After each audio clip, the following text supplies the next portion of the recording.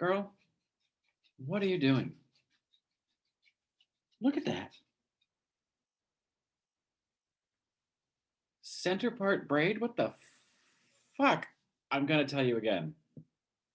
Find yourself a nice gay friend or stylist or anyone, because you ain't cutting it. So today we had some confusion at the beginning. Do we have him? Do we not have him?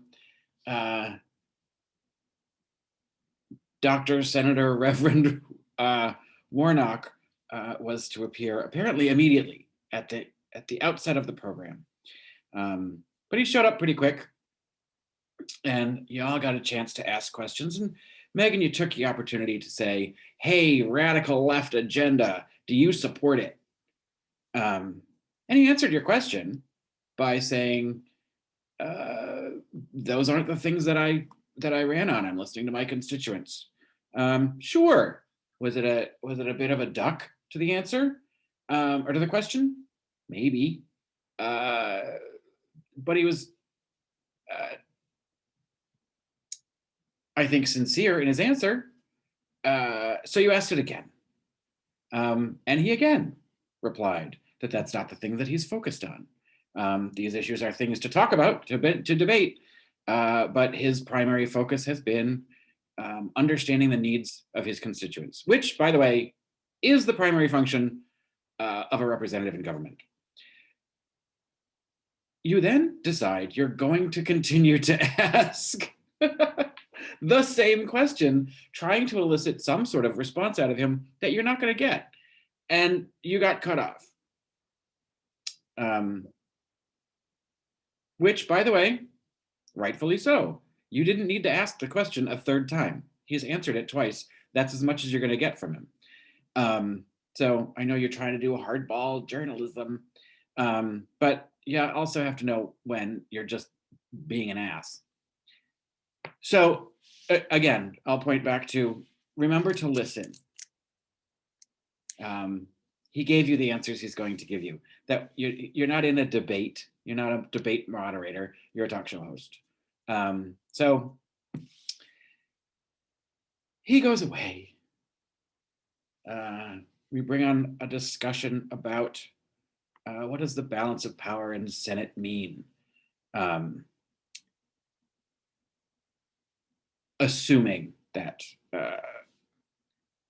Ossoff wins his election, which he looks like he has.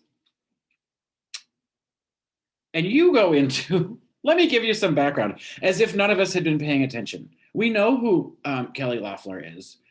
We know, just because you were on vacation, it doesn't mean you have to try, maternity leave, doesn't mean you have to try and school us as if none of us were paying attention while you were gone. We know who she is.